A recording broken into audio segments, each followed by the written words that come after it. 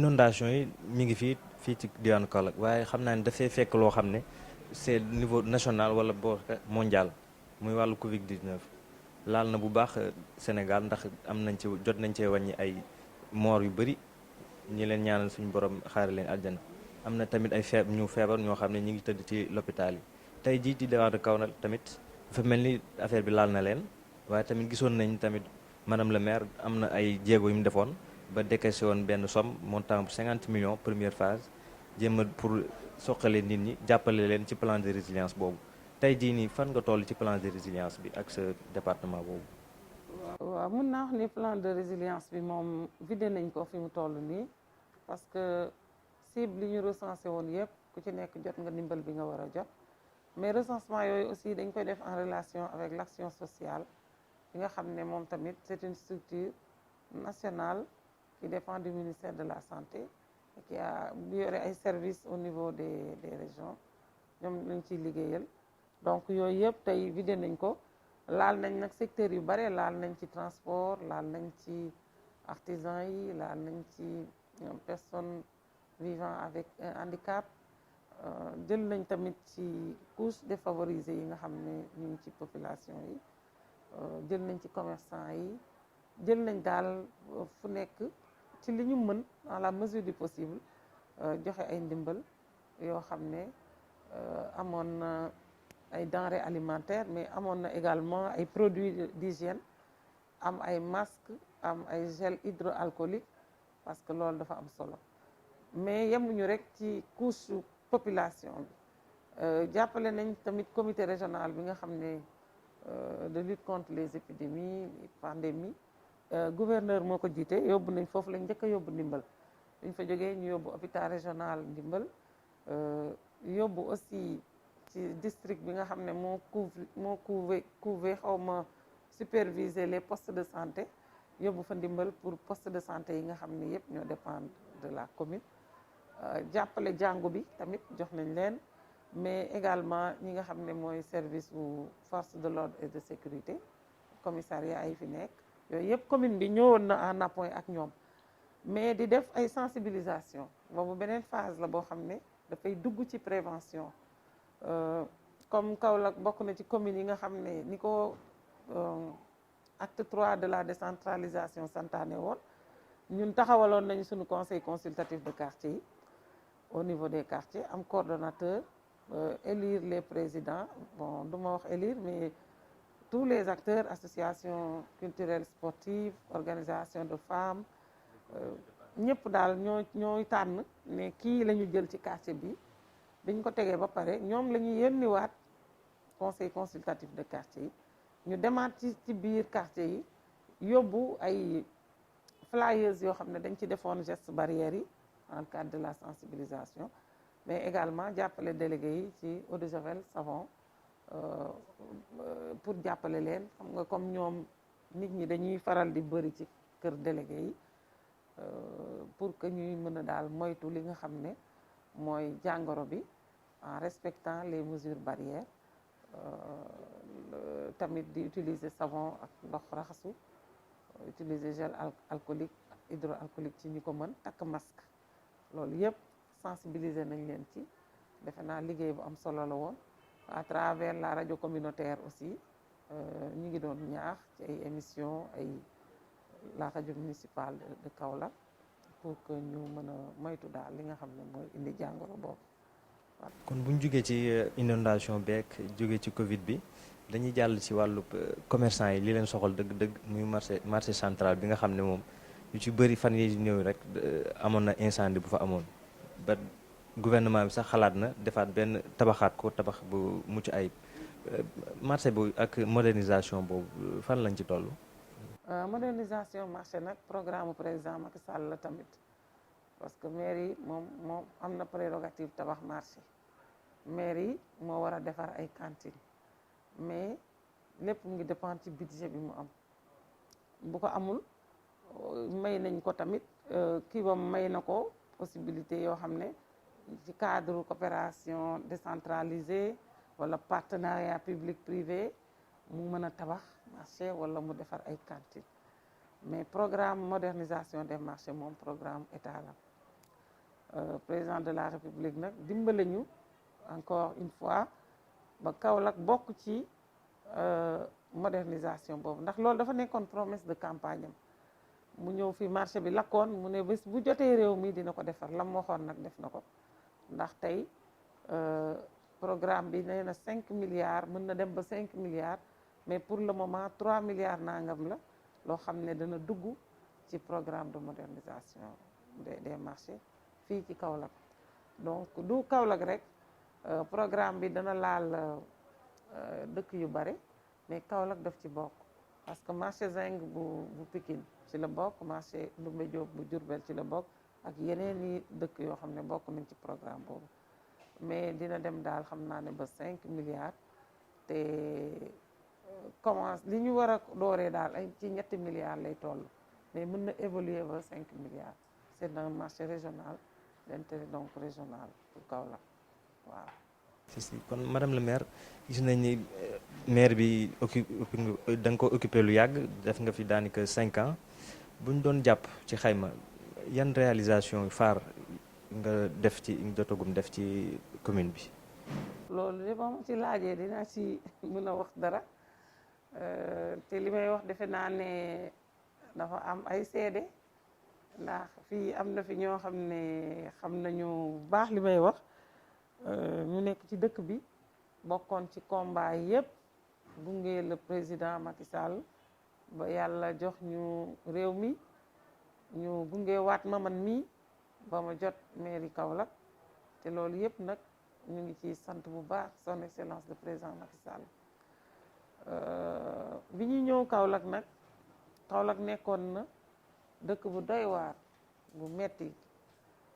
sànq rek ñu ngi wax ci waxu yooyu ak weñ yi bari woon na fi torop nag mais toog nañu ba yàgg loolu yëpp wàññeeku li ko wàññi nag du dara lu dul liggéey rek moo ko wàññi parce que mosoo gis dëkk bu am yoo yu bare wala mu am weñ yu bare toog ba yàgg rek kenn deful dara rek yooyu gàddaay rek dem fi ñu nekkoon li tax li leen fa téye woon tant que mu nga fa rek ñoom ña nga fa su loolu demee nag il faut ñu dem wala ñu wàññeeku bu baax a baax ñun bi ñuy ñëw fekk ñu fi benn tasseuse boo xam ne moo war a def ramassage ordures yi di ko yóbbu kon ordure dina fi yàgg parce que bi ñu ñëwee dañ ne benn moo fi nekkoon dafa lakk mais Turquie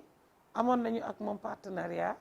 il était daal question que ñu jàppale ñu relancer yàlla defal ñu sutura Turquie may ñu ñaari benn tasseuse mooy don bi ñu njëkk a jot fii mais avant cela ñu ngi doon débrouiller avec les moyens du bord di jël li nga xam ne mooy charrette yi nga xam ne mairie bi daf ko jëndoon defoon 80 millions pour ay charrette jënd lu bare ci quartier Kaolack yëpp doté leen aussi de moyens yi nga xam ne tey moo doon tax charrette yooyu fonctionner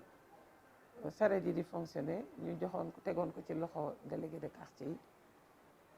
en attendant que benn yi di liggéey ñu amaat beneen don boo xam ne doomu Kaolack moo ñu ko joxoon bu tudd Moustapha Sow muy ñaari benn ñu amoon tuuti liggéey buñ ci liggéeyaat benn yi fonctionnel ñu nekk ci tey 4 benn tasseuse ak yi nga xam ne dañ ko fa fekkoon mu nekk en panne ñu waroon ko defar entretien loolu daal mooy li nga xam ne mooy sunu mission yi njëkk a def ñu fekkoon fi tamit benn réseau d'éclairage public bu vétuste il fallait donc que ñu changer réseau bi yëpp dans le cadre du câblage loolu def nañ ko moo tax tey ñu mën a am ay lampes yu tàkk tey ay 1 an 2 ans parce que danaan tàkk tuuti fay te loolu biñ xoolee analyse yi ñu def dañ gis ne que ci réseau bi la te loolu dafa jaroon renouveler waat loolu yëpp ñu def ko attaquer nag les ordures fu nekk nag dépôt d'ordures yi nag bari woon na Kaolack torop ndax boo daan dem marché sax parfois am na fooy jaar di nga jaar ci kaw mbalit door a dem ci marché bi biir marché bi sax amoon na dépôt d'ordure ICNC amoon na dépôt d'ordure Cinéma Vox amoon na dépôt d'ordure yooyu nag bi ñu leen attaqué xeex ak ñoom yàlla def ñu gañe leen ICNC nag xawoon na dëgër combat bu métti la woon parce que boo dindee tey bu subaa boo ñëwee fekkaat mu feesaat dell. volonté nag am na ci yàlla defal ñu ci sutura ba defe naa xeex nañ ko lu dul am na yu ndaw yoo xam ne nit ñi ñoo ko fay def di ko sotti à l'insu des autorités buñ ko gisee signalé ko rek dañ koy dem dindi. ñu jël nag benn système de nettoiement privé parce que dañ ko bàyyoon ak agent yi te xam nga agent moom ay humeur am la yor bu ko neexee mu grève bu ko neexee loolu moo waralaan nag mbalit mi di yàgg Kaolack duñ ko dindi mais ñun dañu ñëw privatiser ko jël privé di ko lancer jox ko muy nettoyer marché yi di nettoyer artères yu mag yi public yi di nettoyer aussi bâtiment communaux yi administratif yi loolu daal moo ñu dimbale ba tey ñu toll fii curage bi aussi ñu def ci li nga xam ne moom lañ fekkoon ci dernière année bi muy bi ñuy ñëw budget 20 millions bi ñu jël moitié bi def ko curage sur une période bien déterminée avant l'hivernage après l'hivernage jëlaat beneen partie bi def ko entretien pour que à tout moment chaque fois qu'on signale que ne canal sàngam am na lu fa nekk war nañ ko dindi équipe bi dem dindi ko donc yooyu yëpp def nañ ko sur le plan infrastructure nag comme danga ma laaj li ñu defagum mën naa ci xuus tuuti infrastructure defe naa ne sunu chantier yi ñu njëkk a def fii mooy eggalee mbaaru ginaar bi parce que dañ ko war a délocaliser génne ko ci biir marché bi tabax nañ ko ba pare ba inauguration moo ci des éclairage moo desoon te yaakaar naa war na pare kooku mairie bi moo ko financé woon à hauteur de 63 millions mais mën naa wax ne tamit du ma ko tuddee infrastructure mais ci investissement la bokk on a pu quand même ci cadre éclairage sur fonds propres engagé 400 millions muy ñeenti téeméeri millions pour éclairer une grande partie des artères de Kaolack par le solaire avant même que ANER di ñëw mairie moo njëkk a génne def engagement de 400 millions pour defar ces axes là def fa ay solaire boobu mooy projet lampadaire yi fii. mooy lampadaire solaire yi nga xam ne mairie moo ko defal boppam tey soo jógee cœur de ville di dem Kër Gan ba ci terminus Tata yi c'est une longueur de 4 kilomètres et quelques foofu ci lampe yooyu ci la bokk boo ñëwee Parcelles Assainies Elton bi defe naa ngay dugg Parcelles Assainies après la gouvernance defe naa foofu axe boobu yëpp mairie moo ko defar ba dugg Saara am na tamit mbeddu Saara bu mag boo xam ne ci bokk na ci mbeddu Soxna Xadi Baara bi nga xam ne moo dagg route nationale bi jógee bi dem Diourbel dugg ci biir côté Xaaxun foofu tamit ci solaire yi la bokk defe naa ne ak yeneen axe daal ba mun mat daal 400 lampadaires yoo xam ne ci fonds propre lañ ko defar leneen li nga xam ne tamit sunu réalisation la avec une contribution de la mairie c'est le centre de santé de Medina Baye boobu aussi c'est dans le cadre de la coopération que AIMF moo ko financé mais les 20% et la TVA ont été pris en charge par la commune de Kaolack avec une contribution de la ville de Mérignac bi nga xam ne ñun suñu seex la ci lañ ko tabax defe naa à hauteur de 400 à peu près 420 millions ou 432 millions avec une contribution de la mairie ci cadre partenariat aussi Salin dimbale nañu ba ñu tabax une nouvelle gare routière à hauteur de 378 millions la gare routière de Nioro boobu tamit ñun ñoo ko defar mais mairie toogul rek parce que stade municipal dafa nekkoon doléance wu Sénégalais yi Kaolack ay yàlla def ñun tamit ñu mën ko engagé mu coûté ñu 420 millions démarré nañ ko travaux yi clôture bi commencé na pour jox jeunesse bi un stade municipal dont on a tant rêvé ñun ba ñu nekkee xale ba léegi ku nekk xam na ne Kaolack benn stade la am muy stade Lamine Gueye mais la mairie quand même est en train de réaliser le deuxième stade qui est un stade municipal bon ci marché bi ñu ñëwee li ñu njëkk a def mooy tëj porte yi marché bi buntu yi daawul tëjul le marché central on a fermé ça avec 11 portes réhabilité les blocs sanitaires donc commencé woon di defar mbaaru Oudé mais yooyu yëpp defe naa ak le projet de modernisation c'est des questions qui vont se prendre en charge. Ah lii daal laa xam ne jënd nañ ko. Sur le plan logistique aussi defe naa oto fekk ñu fa woon benn oto, mais xam nañ ne pick-up dañ koy soxla. La mairie quand même a pu acquérir des véhicules pick-up, 5 véhicules avec 2 engagements. Ci la ñu renforcer le marché poisson ak benn oto. La perception municipale, recette RPM, recette perception municipale, ñu abal leen benn oto. Li ci des li nekk auto conseiller, li nekk auto voirie, service technique yi. Donc loolu tamit bokk na ci réalisation yi. kon madame la ministre xam naa ñu dem jëli pause soog a ñëwaat dellu waxtaan bi. Le Monde à Dakar, un site d'information générale qui vous donne le meilleur de l'actualité en temps réel. Des informations sûres et fiables, validées par des journalistes chevronnés. Politique, économie, culture, internationale. Tout ce qui se passe à travers le monde vous est servi à chaud sur toutes les plateformes. Le Monde à Dakar vient booster le paysage médiatique avec des reportages inédits et des articles uniques qui font de ce site une référence dans le traitement de l'information. Le Monde à Dakar, un angle différent. Alors madame le maire tey da nga am gan bu mag mën naa wax Kaolack sax dafa am gan bu mag bu ñëwoon tey muy monsieur le président de la République maître monsieur Macky Sall tey dafa ñëwoon dans le cadre de sa tournée économique bi muy def tey mu ñëw ci diwaanu Kaolack nga recevoir ko ak mobilisation bu forte tey lan lañ mën a séntu tey ci déplacement bi le président de la République def tey fii ci diwaanu Kaolack. Déplacement bi de ñun de xam naa ne ñun moom président Macky Sall ñun ñoo ko deseel moom deseeluñ parce que ku la indil Promoville dëgg la maire bi sax commencé woon na pavage ci sur fonds propres mais comme dañu ne programme des 10 villes bi dafay ci tracé bi foofu fi ñu war a continuer pavé bi dafay jaar dañ ko arrêté woon jël programme bi ñu doon def toxal ko ci en ville ci trottoir yi nga xam ne mu ngi en face de la mairie mais ku la indil Promoville jëlal la en charge ay boulevard tabaxal la ay tali fekk na nag ñu nit ñu amoon lu ñu def parce que bi ñuy door a ñëw suñu quota bi ñu amoon ci AGEROUTE dañ ko jagleel route bi ñuy tuddee Mérignac parce que dafa nekkoon promesse de campagne ci ñun donc bi ñu ñëwee rek dañ ne quota bi ñu am nañ ñu defaral Mérignac tali Mérignac bi ci lañ ko defaraatoon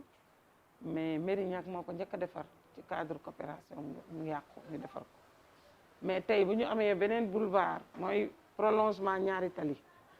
éclairage tali Koundam c'est un quartier de Kaolack mais qui était coupé de la ville parce que inaccessible tey ñu defar ko tali war ko éclairer loolu yëpp c'est grâce à Promoville am boulevard yu bees boulevard bii nga gis nii sama ginnaaw nii boulevard boobu bu paree dañ koy tuddee son excellence de président Macky Sall c'est un boulevard qui traverse au moins 9 quartiers mooy génn ci Parcelles Assainies ca sortie ba te mi ngi nii fii la commencé day dem ba foofu donc impacté na quartier yu bëri donc c'est un programme très utile ay pénétrante bi nga xam ne tey boo wàccee Pont Noiro pour nga génn Kaolack ñëw Mérina te doo jaar ci biir centre ville bi wala nga dem Kahone pénétrante boobu tamit lu am sens la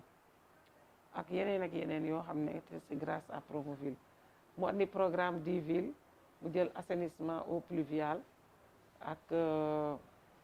donc drainage eau pluviale ak eaux usées yi nga xam ne tey am na quelques quartiers qui ont été ciblés ñu bénéficié de branchements sociaux loolu yëpp ci programme 10 villes bi la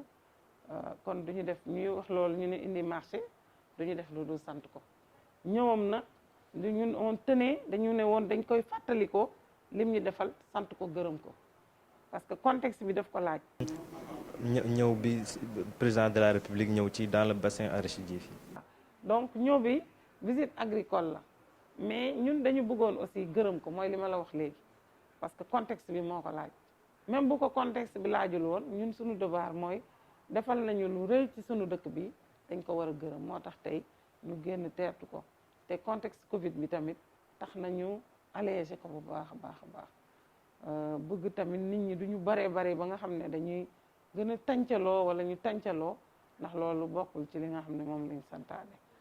waaye daal bëgg nañu ci président de la république ñu ngi koy sant di ko gërëm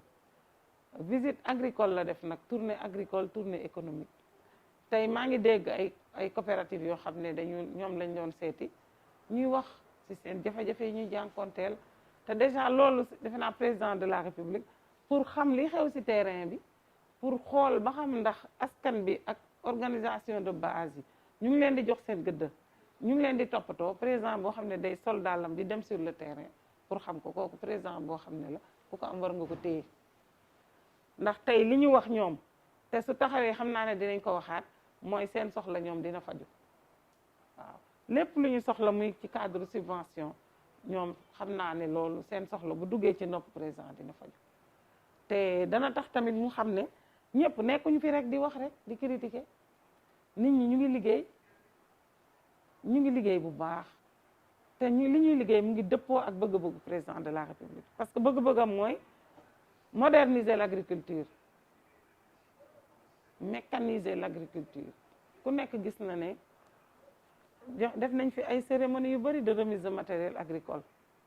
de matériel lourd pour agriculteurs yi dépasser ay stade de paysans pour nekk ay vrais opérateurs loolu le président de la république bëgg te loolu moo tax mu leen di doter de mécanismes di leen doter d'outils de travail yoo xam ne c'est des outils adaptés à leurs besoins tournée yi muy def nag dana tax mu gën a mu d'abord mu gis que ne li mu doon soutenir mu ngi jur ñu porter ay fruits parce que agriculture nag li ci président def bari na macha allah dëkk bu mu dem rek tey programme la fay fekk ay programme la fay fekk wala muy joxe ay matériels yoo xam ne état moo ko subventionné di ko jox ñi nga xam ne ñoo ko yelloo donc dina def état des lieux dana xam soxla yi nit ñi gën a am ci secteur bi mais dana tax mu xam liggéey bi fan la toll kon lu ñu rafetlu la vraiment lu ñu rafetlu la vraiment. lan moo doon instant yi sa choix entre mairie bi def nga fa 5 ans ndax da ngay continuer waat ndax askan bi dañ laa soxla wala lan mooy sa décision. waaw xam nga man nag askan bi buñ ma soxlaa defe naa ne man mënuma ko xam nii waaye mënuma toog rek xam li nekk ci xelu askan bi tant que awma contact yi wala li nga xam ne tey day génn ci ñoom man ma di ko jot mu nekk ay kàddu wala ay xalaat yoo xam ne dañ koy génne te loolu du loo xam ne rek da ngay toog nii rek ñu wax la ko nii mais da nga koy dund ak ñoom maa ngi dund ak ñoom te defe naa ne li may liggéey pour ñoom ñu ngi koy gis tey rek firnde la dañ koy génne ñoom li nekk ci seen xol yi ñu ngi koy génne li ñuy dund ak seen maire ñu ngi koy génne mais ñu ngi ko teg ci li nga xam ne mooy li leen seen maire ak équipe municipale am di liggéey kon te liggéey bi ñu ciy liggéey kenn du juger sa bopp mais ñu ngi sant yàlla ci liggéey bi nga xam ne ñooñu ko dénk ñu ngi koy liggéey nit ki nag bu la dénkee ne la téyel ma sama lii ah yow mën nga koo téye bu rafet wala nga denc ko foo xam ne kenn du ko gis ndax wóolu na la nag ba dina jëlaat lim la dénk wala dala koy bàyyee yow daw dencal rek liñ la denc ko dencin bu rafet rek nga toog di seetaan ba xam man noonu rek laa ko gisee métaphore boobu rek laa la ci mën a jox donc du man may toogaat daal naan bëggaat naa ko dañ ma ko dénkoon maa ngi góorgóorlu nañ xaar rek ba xam xëy na ñi ma dénkoon dinañ ma ne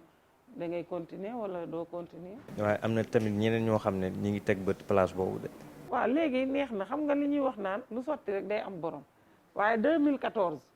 am na fi ñoo xam ne dañ ne leen woon kaay leen nekk maire ñu bañ lànk am na ci ñoo xam ne dañ leen ne yéen comme Kaolack ngeen dëkk nangam naa ñu ne ñu dëkkuñu Kaolack te tey ñu ne Kaolack lañ dëkk te bëgg nañ nekk maire am na ñoo xam ne dañ daan wax ne ñun maire moom mosuñu ko bëgguñu maire ñun soxlawuñ loolu te tey jii nee nañ soxla nañ ko ndax xëy na gis nañ Kaolack xam nga olof Njaay dane ku ñeewul sa aawo du la may ñaareel xëy na dañoo ñee aawo Kaolack moo tax ñu bëgg koo utal ñaareel wait and see la anglais yi wax ñu ngi déglu ñun daal ñu ngi ci li ñu askan wi dénk suba ak ngoon ñu ngi seet ni ñuy satisfaire seen i bëgg-bëgg waaw foofu daal loolu lañ mën a def di toog nag di xaar ñi ñu dénk ba xam ñoom lu ñuy wax. kon madame le maire daanaka yegsi nañ fi ñu war a yëkkatee jotaay bi lan ngay moo doon sa kàddu gu mujj. sama kàddu yu mujj de mooy gërëm leen yéen waa Le Monde à Dakar ci émission bi nga xam ne moo tudd Global Weekend ñu di ko def tey ci samedi ji nga xam ne dañu am gan gu rëy fii ci Kaolack mu nekk bés boo xam ne bés bu rëy la ñu di leen gërëm bu baax ci opportunité bii ngeen ñu jox pour ñu mën a waxtaan ak yéen ci li nga xam ne dañu ko dénk muy ci cadre ministère de la fonction publique et du renouveau du service public mais également ci cadre mairie bi nga xam ne yàlla dafa def ñu nekk ci bopp bi maa ngi wax sànq sax di wax ñi ma dénk mais lépp nag dañ koy dellu teg ko ci loxo yàlla parce que nag ñun dañu gëm yàlla lu am la dañu gëm ay croyants lañu te yàlla it buñ ko génnee ci sunuy mbir parce que da cee bokk bu baax a baax moo ko jiite waaw kon nag lépp nañ ko delloowaat foofu rek di sant yàlla bu baax nag ci ñëw bi ndax jox ngeen ni opportunité ñu waxtaan ci politique waxtaan ci cadre liggéey bi nga xam ne moom la ñuy liggéey donc loolu opportunité bu rëy la ñu ngi leen di sant di leen gërëm di leen remercier bu baax a baax di leen ñaanal yéen tamit ngeen seen liggéey jëm ci kanam sénégalais yi bëgg leen Afrique bëgg leen adduna bi yëpp bëgg leen parce que le monde ngeen wax à Dakar kon xam naa yéen a ngi jëli yeneen ci monde bi di ko indi Dakar kon yal na yàlla gën a barke liggéey bi ñuy dellu rek di sant population Kaolack yi ci mission bi ñu jox ñuy ñaan yàlla buñ leen rusloo di sant tey ma profité ci sant tey ñëpp ñi nga xam ne mobilisé nañu pour accueillir son excellence le président Macky Sall muy COJER bi muy les cadres républicains muy enseignants yi muy jigéen ñi les femmes jeunes yi Amazone républicaine yi nga xam ne seen structure yi ñu créé woon la tey bëri na ay association yu bëri yoo xam ne tey ñu ngi liggéey pour jàppale madame le ministre Mariama Sarr ñoom ñëpp maa ngi leen di gërëm di leen sant communicateur traditionnel yi commerçant marché bi tey dañu ñëwoon uniquement pour delloo njukkal président contrairement ak nit ñi li ñu xalaat mais gis ngeen ni mu demee wax yomb fa woon ñoom ñëpp génn nañu centre commercial waa marché jigéen ñi ñëpp génn nañu communicateur traditionnel yi génn nañu ñu ngi gërëm ñëpp ñi nga xam ne tey ñëw nañu di gërëm presse bi di leen sant bu baax a baax di gërëm nag son excellence le président Macky Sall di ko ñaanal yàlla mucc daal ci pexey noonu ndax li xew ci Sénégal daal tamit ñu ñaan yàlla ñi nga xam ne tey ñoo tuddee seen bopp ay opposants yàlla gën a delloo si seen xel à la raison c'est bien beau de s'opposer d'avoir des ambitions mais dañ ko war a def de façon républicaine ñun ay républicain lañ loolu la ñu xam loolu lañ ci lañ ñu tàggat loolu la ñu xam tey loo bëgg-bëgg dara sa nawle yore na ko mën nga critiquer action mën nga critiquer lu muy liggéey mais la muy liggéey bu amee lu baax da nga koy wax da nga ko war a wax loolu mooy pédagogie loolu mooy fair play loolu mooy esprit républicain du tere nag li nga war a wax ci li nga xam ne da nga jàpp ne doxul nga wax ko démb dama dégg ñu ne benn opposant moom lu tax muy wax naan nii lañ war a def lii lañ war a def solution parce que su ko waxee day dimbale ki fi nekk kon xanaa moom askan bi ñoru ko bu dee askan bi moo ko ñor kay bu dee am na solution daf ko war a wax bu ko waxee ñu def ko muy njëriñu askan bi bu ëllëgee bu fa nekkee dinañu kii moo waxoon nangam mais ñu xam ne opposition du xaste du dugg ci vie privée jàmbur du wax yu indécent du yenn position yi opposition dafa war a sax réconforter le pouvoir par des critiques qui sont objectives mais en même temps nga ne solution yi lii laa xalaat ni ak lii la loolu mooy une opposition républicaine ñu ngi leen di invité ci loolu ndax ñu xam ne dañu war a xam ne Sénégal ñun ñëpp ñoo ko moom tey soo waxee luy taal dëkk parce que da nga bëgg a jot réew bu dëkk ba tàkkee mbaa di nga fa fekk dara tey soo waxee loo xam ne tey da nga bëgg a yàqal kii mu jógee fi tey dëkk ba jaar fa faf tàkk balaa ñuy organiser waat ay élection wala ñuy defaraat dëkk ba mbaa du yàgg mbaa na nga ko bëggee woon di nga ko amee kon nañu delloo si waat sunu xel bu baax ñun daal ñu ngi jàppale sunu président di ko ñaanal lii mébétam ci Sénégal yàlla defal ko dans la paix, dans l'union des cœurs, dans la prospérité et dans la bonne foi loolu daal laa bëggoon terminer di sant ñëpp di gërëm ñëpp asalaam. kon mbokk internet yi lii lañ leen indiloon ci seen première émission bu Global Weekend di leen proposer képp koo xam ne rek ràññee ngeen ko ci espace public bi muy politique muy économie sociale santé fépp fu mu waaye mënti nekk rek di bay waaram ci société bi pour mu gën a jom kanam dañ leen ko indil wan leen secteur d'activité am ak lépp lu muy lijjanti kon nag tey ñi ngi doon invité suñu invité moo nekkoon Mariama Sarr di ministre de la fonction publique du renouveau du service public waaye tamit nekk maire fii nga xam ne mooy goxu Kaolack kon ñi ngi leen jox dig daje ci beneen émission ci Global Weekend jërë ngeen jëf